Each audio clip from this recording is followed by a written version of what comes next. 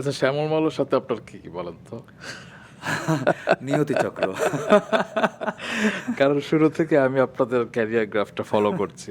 Like guerrilla থেকে শুরু বোধহয় আপনাদের এই হ্যাঁ, হ্যাঁ, বিষয়গুলো। হ্যাঁ, হ্যাঁ। আপনি ৬ সেকেন্ডের একটি চরিত্র করেছেন এবং শ্যামল মালা তার থেকে হয়তো একটু বড় ক্যারেক্টার করেছে এবং সেই চরিত্রের মধ্যে আপনাকে অফার করা হয়েছিল হ্যাঁ, আরকি। ওই ক্যারেক্টারটার জন্য আমারও অডিশন ছিল। আমি গাড়ি চালাইতে পারতাম না। সো ওইটা আমি করতে পারি নাই।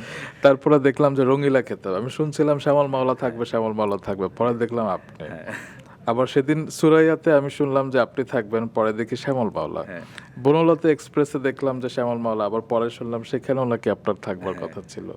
মানে এটা কি? মানে এটা কি চক্র আসলে? এবং আপনারা একই অ্যাপার্টমেন্টেও নাকি থাকেন? হ্যাঁ। এইটা এইটা আমাদের নিয়তি চক্র এবং আমি এটা খুবই পজিটিভলি দেখি এবং খুব এনজয় করি। অবশ্যই। যে উই ভেরি ক্লোজ বাডিজ এবং আমাদের দারুণ আন্ডারস্ট্যান্ডিং, আমরা খুব ভালো কাজ করি করছিও আমরা একসঙ্গে মানিহানি। মানিহানি হ্যাঁ, আমার খুব প্রিয় একটি কাজ। মানে ওটিটির শুরুয়াতের কাজ আর কি ওটা। একদম। তো ওইটা আমার আমি মজাই পাই। আমার মনে হয় যে শাবল ভাই ওটা খুব মজা পায় যখন ওনারটা ঘুরে আমার কাছে আসে, আবার আমারটা ঘুরে ওনার কাছে গেলে আমিও এটা ভেরি ওকে উইথ দিস।